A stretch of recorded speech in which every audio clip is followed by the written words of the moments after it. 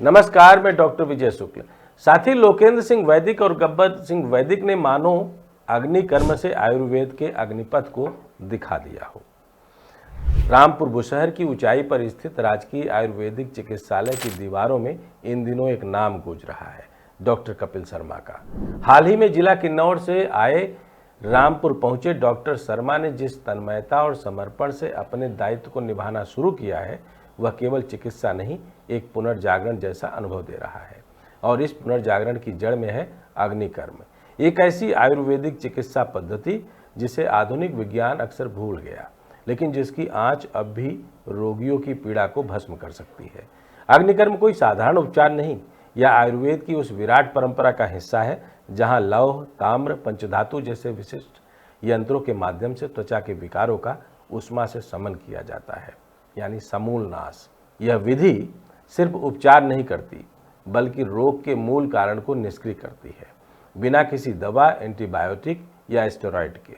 और इस अद्भुत चिकित्सा का जीवंत उदाहरण बनी रामपुर की धरती, जहां डॉक्टर शर्मा ने रविवार को आयोजित शिविर में कील मुहासों से ग्रसित 20 रोगियों को राहत दी, वह भी बिना किसी मलहम, बिना किसी आधुनिक ब्यूटी क्रीम के छलावे के साथ।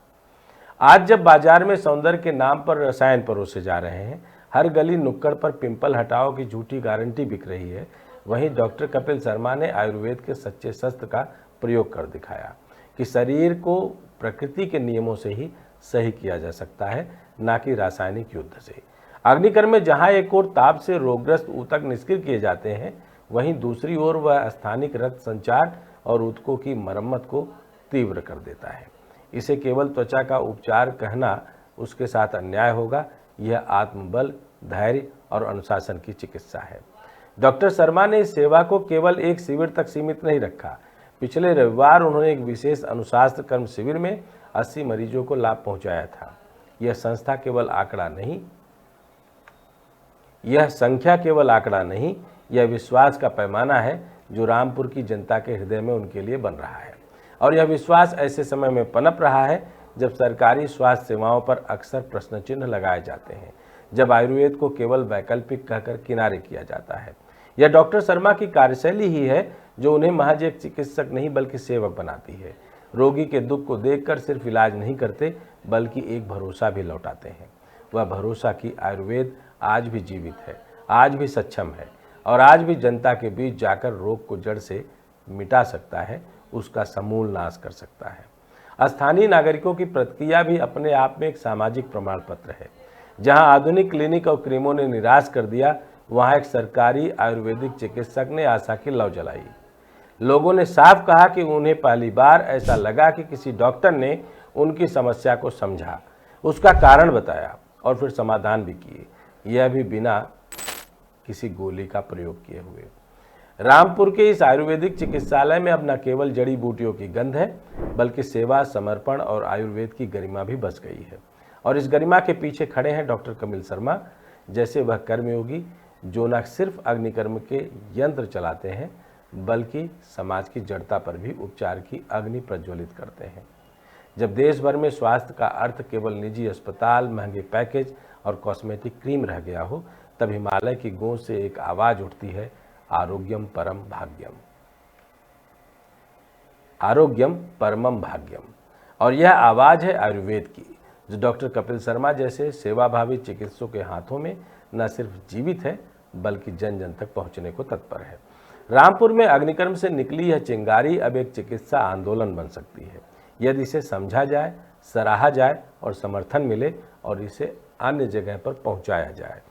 और डॉक्टर शर्मा जैसे अधिकारी इस आंदोलन के अग्रदूत बने, जहां न दवा बिके, न भ्रम, बस उपचार हो, सेवा हो और रोगी का विश्वास हो।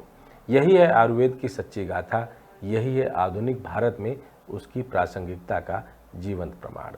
देखिए हमारे साथियों की बातचीत और समझिए कि डॉक्टर कपिल शर्मा का यह पूरा का पूरा कर्मयोगी वाला स्वरूप हमारे आयुर्वेद के चिरायु होने की यात्रा की एक नई कहानी लिख रहा है। दर्शकों नमस्कार, मैं लोकेंद्र सिंह वैदिक, साथ में है गब्बर सिंह वैदिक। आप देख रहे हैं लोकल न्यूज़ ऑफ इंडिया, गांव की गूंज दिल्ली तक। तो देखिए दर्शकों, जैसे कि एक कहावत है, सेवा परमो धर्म, सेवा ही सबसे बड़ा धर्म है। अगर हम सेवा की बात करें तो इसके लिए जज्बे, जुनून और सनकपन की ज़रूरत होती है। इन पंक्तियों को अगर सार्थक सिद्ध किया है डॉक्टर कपिल शर्मा जी ने। जैसा कि आपने देखा होगा पिछली कवरेज में हमारे कि लगभग 80 से 100 के बीच मरीजों का रविवार के दिन इन्होंने अग्निकर्म और आयुर्वेदिक पद से बहुत सारी बीमारियों का इलाज किया।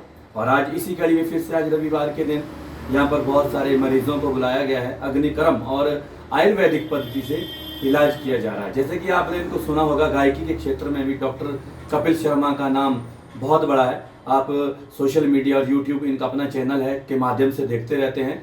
और अगर हम बात करें, सोमवार से लेकर शनिवार के दिन ही कार्य दिवस होते हैं, चाहे कोई सरकारी कर्मचारी हो, अधिकारी हो। ना जाने ऐसा कौन सा जुनून है, ना जाने ऐसा कौन सा सनकपन है जो इनके अंदर कूट कूट के भरा है और रविवार के दिन भी सेवा कर रहे हैं। तो डॉक्टर साहब फिर से स्वागत है लोकल न्यूज़ ऑफ इंडिया, गांव की गूंज दिल्ली तक। सनकपन, जुनून के पीछे असली वजह क्या? देखिए, या बड़ी अच्छा वर्ड बोल रहे हैं, सनकपन। जब तक किसी व्यक्ति में सनकपन नहीं होगा तब तक वो कुछ समाज के लिए हट के नहीं कर सकता। इसके लिए सनकी होना बहुत ज़रूरी है। और मैं मानता हूँ कि जब से मैं किन्नौर से आया हूँ, मेरे अंदर यही भाव है कि हम लोग जो भी लोगों की सेवा कर सकते हैं अपने आयुर्वेद के माध्यम से, वो हमको करनी चाहिए। और इसमें सबसे ज़्यादा तो यही चीज़ होती है कि जितना ज़्यादा आप कितना समय दे सकते हैं आप अपने मरीजों के लिए। तो इस बार हमने जो ये रविवार है आज का, थोड़ा सा रिलैक्स है, ऐसी बात नहीं है, और दिनों की तरह हेक्टिक नहीं है हमारा।